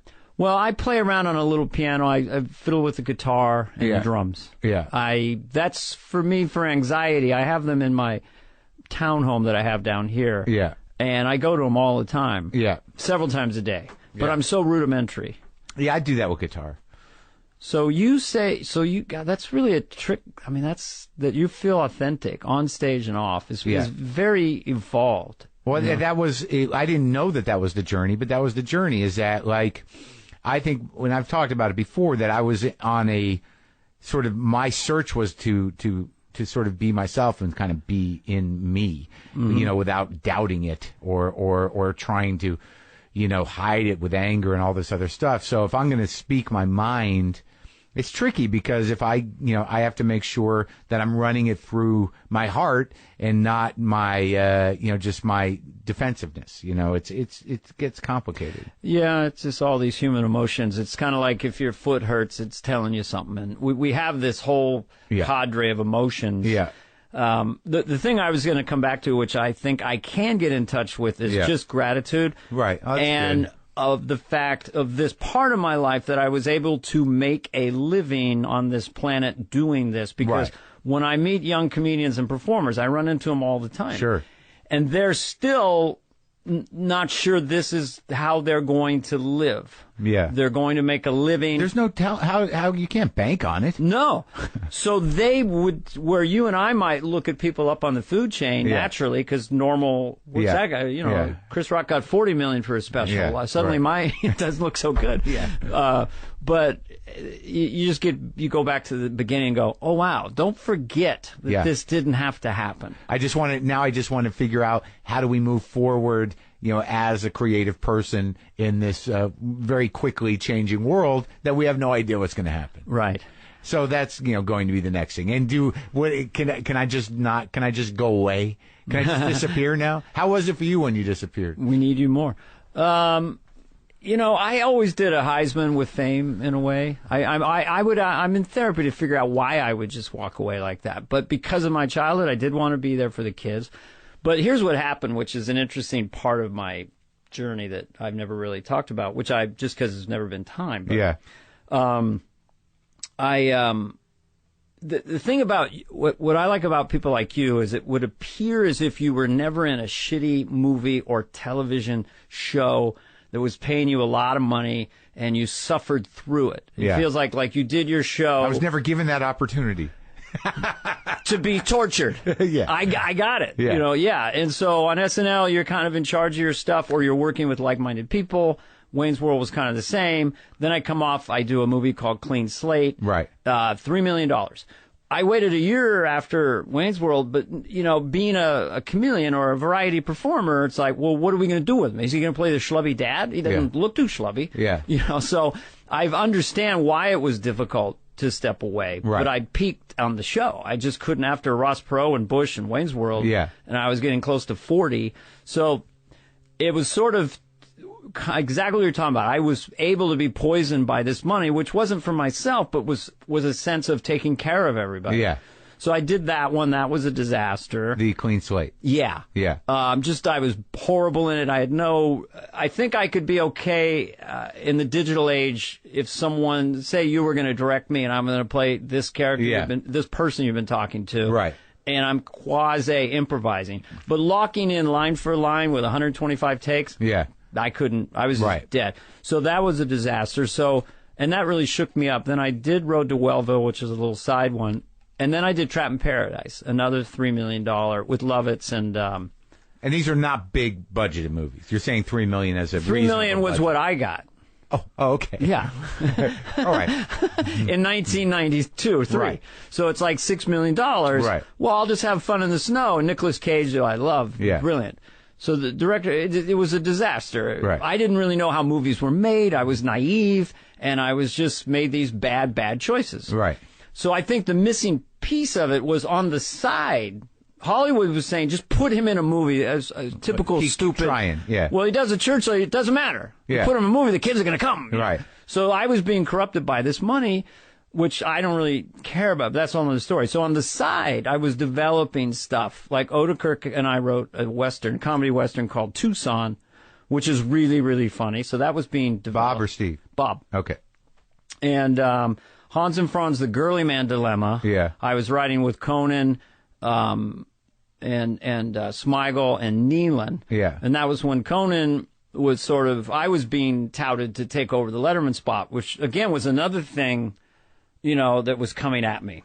Right. Like so much was coming at me. Right. I mean, I was too hot and I had no confidence, experience. Right. And on SNL, you can't make money on SNL. You have to leave SNL. Right. Carell was probably making $400,000 a week at the end of The Office. I'm just throwing Steve out for that. Yeah. But so that was going along with that, and then after Chap in Paradise and Clean Slate, I just sort of stopped. Then Arnold decided he didn't want to do Hans and Franz: The Girly Man Dilemma, of which we made him a third lead. Yeah. Which was okay. He was developing 10 movies. I didn't know how that worked. Right. Yeah, fellas, So that collapses. Tucson was made for me and Lovitz as a comedy western, and John decided not to do it because he was kind of hot at the time. Right. We wrote it so great for John. Yeah. So great. He had a very unique thing there. When he had a very specific character. Yeah. Like I come in as the Irish guy who only heard about, I'm the new sheriff in the West. I'm from Dublin. Right. And I'm lethal with these little guns, and I'm very innocent. And John is the guy, he's like his character. So I come in, he's getting hung. Yeah. And there's a poster when he ran for mayor, if I don't clean up the town, you can hang me. Yeah. So, and then I show up, and so it's us on this journey.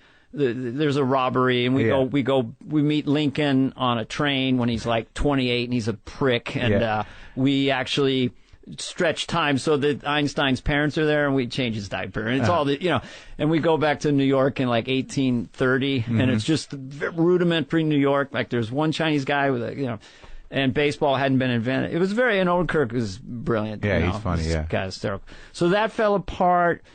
And then Bad Boys that Will Smith did, I was developing that, or, Simpson and Bruckheimer wanted John and I to be in that.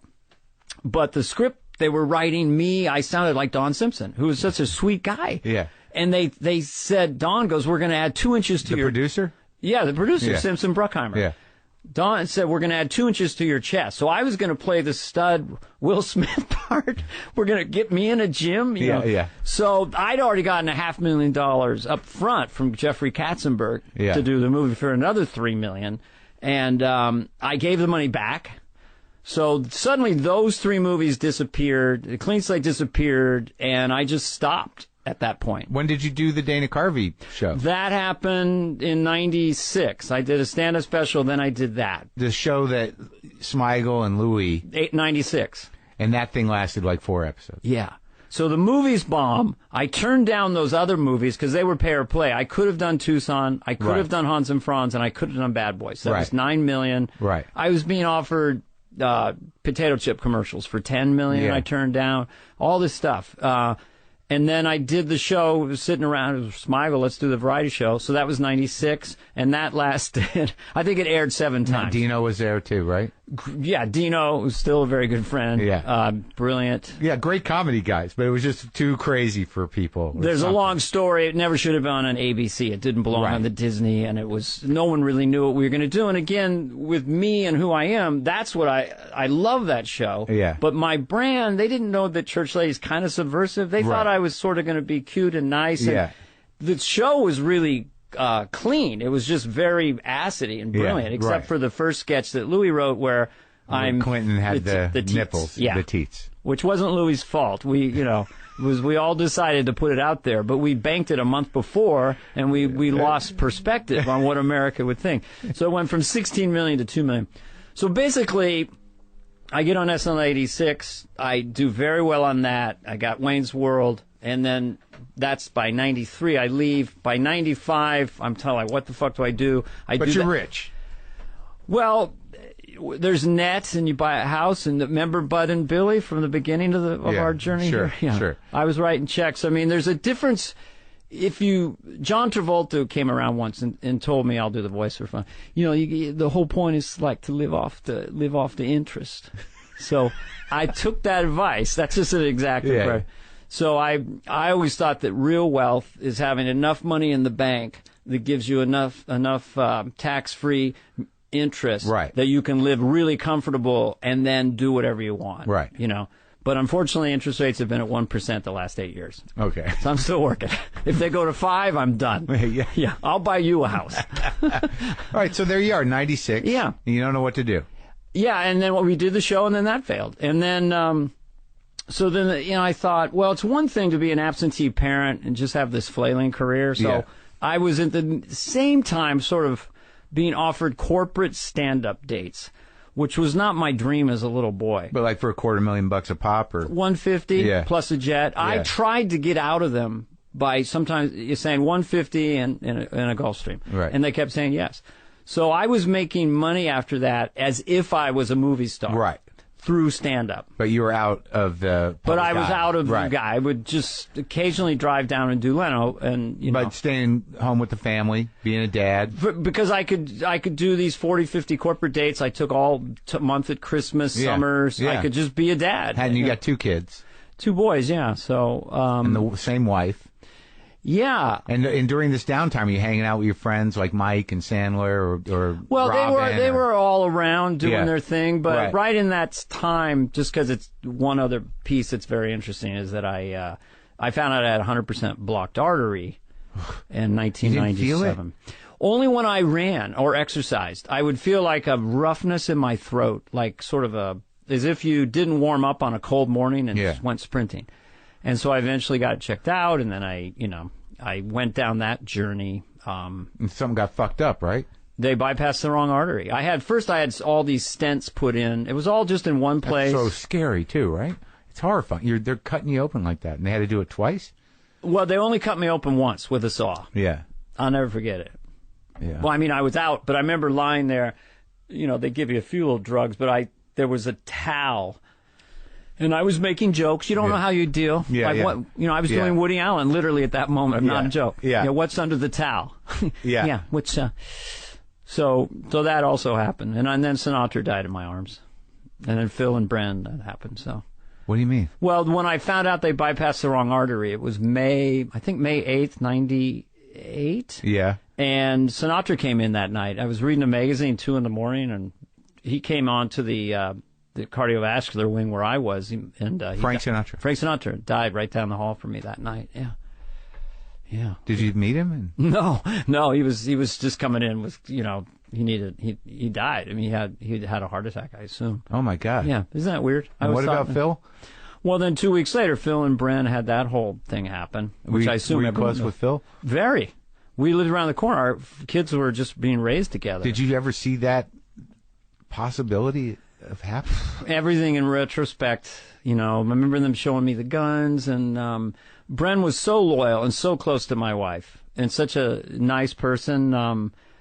What can you say? It's probably something to do with antidepressants and cocaine and a waking dream state. Yeah. So it's just horrible. It was so fucking tragic. Yeah, and Phil, we were just really tight. We jammed together. One of the sweet guy. Just and so talented effortlessly, and such a Renaissance man. He'd go down to his motorboat, and he just was so meticulous. I never flew with him because I had a terrible fear of flying, but we'd go out to Van Nuys Airport, and we'd put the headset on, listen to the things, and we would jam. He'd play blues guitar, and after he died, and Bren, that tragedy, his kids, they moved to Minnesota, and they came and visited us in Mill Valley. And my son was a pretty good guitar player. I had little drums. Yeah. And then Sean, his son, got on a bass and had invented this little cool bass line. Yeah. And we're jamming. And that's the moment where it just waved over me. And, I'm crying behind my eyes right now, which is I do often, but it's just like, God, Phil should be here. Because his son is so cool, and Bergen is so beautiful, and just, they're great kids. And so. Everybody's still friends? Yeah, I mean, they all keep in touch. My wife's been in touch and sending Christmas gifts. They and live on with his Facebook. Parents or something? Where are they? I think Sean now is up in the Bay Area. Oh. He has a band, and he's really, really talented. Oh, and, good. It was right after it all happened, or a few years later, I was playing a New Year's Eve gig in Minnesota, and it was Dennis, Kevin, and Victoria Jackson. Wow. And so we wanted to go visit them, and Victoria volunteered to go with me. And she was the person. I know she's very right wing, but this other person that is the exact person you wanted, because she wears everything on her sleeve. Before the change. Before that, people were. That's a whole other story. We may not survive the web and social media. That's a whole other conversation. Yeah. If something's going to get us, it's this insidious thing. Yeah. It's a monster that's growing. But I'll never forget just going in Sean's bedroom, and he was just very quiet, and he brought out a picture book of his mom and dad, and I just sat next to him, and he just flipped through, and they're beautiful black and white photos, and just flipped through. Ugh. Yeah. Life is amazing, man. Fuck. So show business didn't seem quite as important. Yeah, so you took a long time. I lived up in Mill Valley, up in Marin When did County. they fix your heart? The last time they go through your femoral artery, and they do that. So the bypass got one artery. It was only 2 arteries on the right side. It was very limited, but the main artery, the left lower anterior descending, if that gets closed, you're really... It was a miracle I didn't have a heart attack, but I didn't. And that's why I can hike and do anything. Yeah. But they did a subsequent angioplasty when they've discovered it, because I kept having the burning symptoms, but I was going between Marin County and Cedars-Sinai, but I got with Cedars-Sinai and PK Shaw and their team, and they found it. In fact, I saw the cardiovascular interventionist who did the final angioplasty. I saw him the other night. I played the Thousand Oaks Theater. Yeah. Neil Eigler. And that one is just held. It just never clogged again. Oh, wow. And they don't know why. Yeah. But my cholesterol, I had familial hypercholesteremia. My cholesterol was like 450, and now it's like, 120 or whatever. So. Do you take pills? Oh, yeah. Yeah. Yeah. I take blood thinners. I take baby aspirin, Zedia, Crestor. So after all is said and done, you and your wife are still together. Yep. You're healthy-ish. Well, I'm completely healthy. People always say, how are you feeling? Yeah. And they go, I'm like a 747. I fly when I'm perfect or not. It's fun that, we didn't really talk about SNL, which is fine because you talk about it a lot. You've talked about it in your life. It was a good experience. But, what's more concerned to me is that, that the sort of career crash, heart issue, friends tragically dying, just sort of locked you into appreciating life and connecting with your kids who are now in show business. They're doing stand up and they're loving it. I wasn't my plan. We raised them up there. I told my wife, and I tell my kids, make your career inside out. Don't ask permission. Just like what you did here. Yeah. Make it inside out, and you can do it. I don't care if you're on a network that hasn't been invented or even thought of. Yeah. You may not be famous, but I tell them if you work hard, you can make $100,000 a year. Their eyes get real big. Good. And you and your wife, after all these years, are okay day to day. We were just instinctual back then, but our sensibilities, we're learning. We're still evolving, learning to argue and communicate with each other. Good. You're in therapy now. I know it's such a cliche. No, it's great. I mean, it's a cliche or what? I mean, after years and years of discomfort, and the fact that Conan's a guy that told you maybe you deserve to be happy, because that guy didn't have it easy either mentally. Well, Conan, I think comedians in general are sensitive instruments. If they're good or whatever style they do, they're sensitive instruments. They have to process the world in this way, and there's a downside to that. But I didn't come out with a full deck. I mean, my childhood was too wicked for me to make choices around myself in celebrity, and I just got exhausted by it. And I know there's still more to go. I mean, you just keep going, I think. Why'd you come back this time? I mean, the special Straight White Male is a comedy special, but I mean, what are you expecting now? What do you want to do? What I would really like to do is a single camera show on a live streaming network, where I play a very subtle character. It's with a narrative and in a filmic kind of thing. I played around with this. Oh, so you're working on it. Yeah, it's just you get really distracted by stand-up. Yeah. And stand-up takes so much energy. It's like show business reinvents itself every 18 months. Right. I can't even, people talking about networks. So to me, it's the greatest time. I've saved a lot of money. I have plenty of fame. Whatever's going to happen when I go to Jesus has already been. Garth, Saturday Night Live, which is fine. Yeah. So that's why I want to do cool stuff. I love the Quentin Tarantino model of creating violent tension before, after, and then Samuel L. Jackson or Christoph Waltz doing these ornate, great monologues. I mean, I aspire to that, but I know I would do it my own way, slightly funnier. Right. But I want a real narrative and a real story, even wackiness and the sensibility of things that are on their sleeve funny, that are forced, Right. don't appeal to me. That's and I'll do it my own way. I mean, So this is the show you're thinking about. this is the template for what I will do. I don't know where it will be. I'm circling the wagons around CISO. I don't know. Okay. Or the next CISO. I just Okay. want to have it be creatively free. And, you know, you just find out, and I'm sure you're the same way. It's like, well, when you were 33, okay, Yeah. what will I be like at 53? Will I give a shit about this? And you're kind of like, I guess I didn't do it for the money or the fame, so I'm kind of exactly the same. I'm possessed by it. That's that's the same with me, but like my possession by it is lessening. Like I don't know if it's sort of day to day, but like seeing that like what I really wanted to do was not be terrified financially. Right. That's good. And to be able to take care of myself in that way, and also to feel comfortable in myself. Yeah. So I've achieved that. So there's a big part of me that's sort of like, I'm done, right?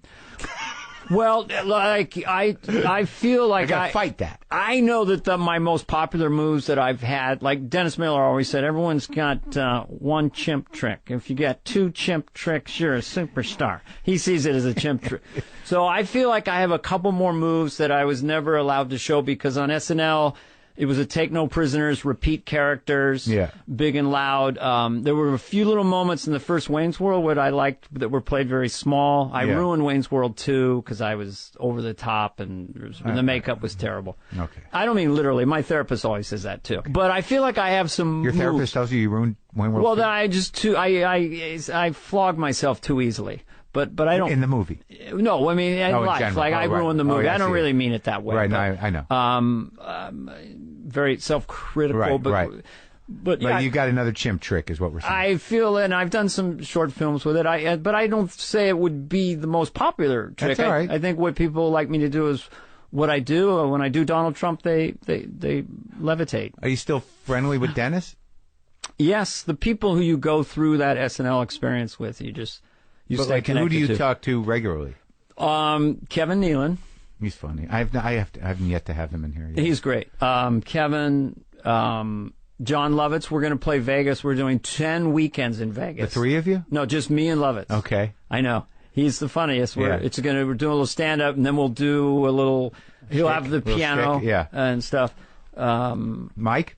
Mike, yeah, not as much. He's got 3 kids. He's in New York, but yeah. Lorne, lately I've emailed him and stuff and said nice show and this and that, and I've seen him when I've gone out there. I've seen him twice in the last few months. And some of the younger ones, I come into their sphere here and there, like Bill Hader and John Mulaney are very cool to be around. Bill Hader's like, He's a very nice guy. Both of those guys are nice guys, and they're funny and guys. Fred Armisen. I'm friendly with these guys That's when I nice. see them. Well, I have to tell you, you seem like you're in a good place, and I'm happy about that. Yeah, I don't know. Well, this was really cool. I had no idea what to expect. I kind of thought there might be 2 other people in the house somehow.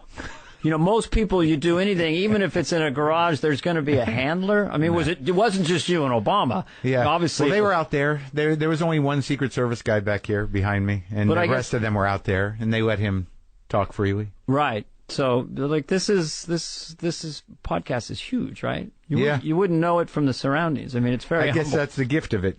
I guess that's why it is what it is. If you went to a bigger room or dressed it up, it would. Or it was a destroy it. studio. Yeah. Yeah. I can't. I just have to keep things dusted. Yeah. Yeah. But this would be like what I have. I'm very messy. Pads of yellow paper. Oh yeah. A lot of that. Yellow. And then you start looking at these piles, and I'm like, I'm not going to do anything with any of this. Why don't I just move it? And then I don't know. Maybe I'll give it to people that come over. Like, yeah, you can have that. I totally relate to it. I mean, like those papers, I've got thousands of those. Well, those are specific. Those are. Well, I mean, I just like looking at those because that's like, there's not questions. There's just these like, I just box things. Yeah, I put words up, and then like during the interview, I'll look down and I'll go like, and the word will trigger like what I was interested in, and I'll know whether or not I got it or not. Like I usually just look at them. Like I'll scribble all this stuff down when I put together what I want to talk about. Like some people where I like that I'm intimidated by, or I know it's, I've got to be on point in my own fucking. I would be nervous. Yeah. So, yeah, those guys. Right. Because Lauren and I, like, that was like a big deal. Well, I remember for that. me. I heard all about that. And that, are you over that now? Yeah. Kind of? No, I am totally. Oh, totally. Yeah. No, I like, he charmed me, man. Oh, yeah. Yeah. He's, it's not personal. And also, he's just a guy who works at a building. Ultimately, he is. I know. But, like, really, like, he's there. Like, he's like, he likes to work. And, like, the last time I did Fallon, he came down, said hi, then went back to work. And he still really, really cares about that show. Yeah, it's amazing. no, it would just, whatever happened in that meeting I had with him, he was willing to address it point for point. And, sure, he, he's only going to tell me what he wants to tell me. But for me to have that and for him to ask me back and to finish it because we got cut short, it whether it matters to him or not, it mattered a lot to me. And I have a new respect for the guy, Any kind of, as you get older, any kind of falling out with people or maybe you made them mad. I mean, it's just at some point when you put your weapons down and you go, look, I mean, this life's hard. We're all suffering here, man. I mean, and then they go, okay, usually things can be worked out. Grudges shouldn't last. That's true. You're right. If you go, and even if you go, I fucked up or, right. I should have called you ahead of time. But I retreated, and then things got stirred up. So anyway. No, I know. I mean, I got one of those like, there's one or two. Oh, I have a couple. Well, no, I only have one right now, which I don't want to say. But I feel terrible about it. Yeah. When I think about it. What are you going to do about it? I should reach out. So it's on you. That person might have reached out to me, but it was in a subtle way. And your email feed, and then it goes to the second page. And was I invited to something? Right. Life's weird. I just, the more I think about it, it just, I think if being your authentic self is a good goal of reaching that, and it's also just letting go of all of it and allowing yourself just to be experiential. I tell young people, I go, it's experiential. Get rid of the fear. You're just going to experience stuff on the planet, whether you're Neil Armstrong or whoever. Yeah, right. You're just experiencing stuff, and then you. Yeah, don't be too hard on yourself. Well, I'll try. Let's see. For this one, will I be later on driving around L.A. going, oh, I should have been more forthcoming, or maybe I. No. I don't think I will. I may not, because I wasn't. This isn't a performance. No, we were good. This was great. It seemed really nice on my side. I loved it. It was great I had no idea what to expect. I didn't know where you were at in your life, and the only impression I had was that you were. When I met you, was that like he's got that sort of simmering niceness thing. And that you were pretty diplomatic, right? But I'm sick as competitively. I mean, Dennis and I will talk about it. I mean, Dennis can say to me, he had Schadenfreude when I was Wayne's World, and I go, of course you would. I would have too. Yeah. Those are like sort of a Zen thing of these emotions are like little friends. Yeah. Like if I'm on a showcase show at the Comedy Store, I have it in my head. Well, I have to dominate. Yeah, I don't have that. It's ridiculous. Yeah, I still have the. I never had that. I always assumed I would fail. How was your set that night? Fine. It was fine. Okay, good. It was not great. It was fine. But I went out there with a little of that, and I lived in that. Right. I don't like it anymore. I don't like when I'm there in it, but sometimes it happens. Just sort of like, all right, so you like that guy? Fuck you, but okay. It's old. Yeah. But I got one Dennis Miller story for you. I think you like. I've told it before because I don't know him at all. I've never fucking met the guy. Oh. But years ago, his brother Jimmy was scouting around. Way back. It must have been in the late '80s. I was a Catch Rising Star in Boston. He was in Boston doing something, looking at people. I don't know what. He wasn't the sort of mythic manager that he is now. Right. I know. But he and I. And Janine Garofalo went out after Catch Rising Star in Boston to go to a club or something. And I was bitter and angry and, struggling. But I met Jimmy because he booked the comedy club in Albuquerque, New Mexico, where I grew up. He booked it. Where my brother lives. I must have played that place. Oh, yeah? Yeah, Brad lives there. Well, Jimmy was one of the first guys ever see me do stand-up. Way back. But anyway, so I knew him kind of. So we're in the car in Boston, me, him, and Garofalo, and I'm spinning out. And I'm like, I just don't know how how do you get your voice? What do you do? I mean, your fucking brother figured it out. And Jimmy Miller just goes, he's doing Belzer. Yeah, when he would admit that was a huge influence. Yeah. Yeah. You always get it from somewhere. The trigger, the that thing, the drive shaft. The thing that hooks you. Yeah, I'm not sure. I mean, did Churchley come from off Rickard or something? I don't know. It's a tone. It's you're going to lean on things that work because you respect or are a fan of somebody's, and then it kind of fades. Well, I mean, in the early days, I was just trying to be Robin Williams. Sure. And I realized I couldn't, but I was, I had the trunk and the props, and I was doing the voices, right. And then years later, the year before he died, he stopped me outside the Throckmorton. A misty sky. Yeah. I was leaving. No one's around. Dead streets. And with that incredible voice he had. Didn't I like to talk to you? And he wanted to make amends to me for taking stuff. And honest to God, I don't mind talking about this because I don't remember him taking anything from me. But he said he did. And I said to him at that moment, but I don't know if it's an AA thing of making amends or something. I said, but Robin, I tried to take your whole persona. I tried to be you, Yeah. And so we had lunch the next day. Oh, but it was sort of interesting. But Yeah. I said, he said this at Dennis Miller's wedding, like 25 years before. People say, we refer to his dick as Mr. Happy. Yeah. He mentioned it again. So some people say, Mr. Happy was yours. And I go, no, it wasn't. It never was.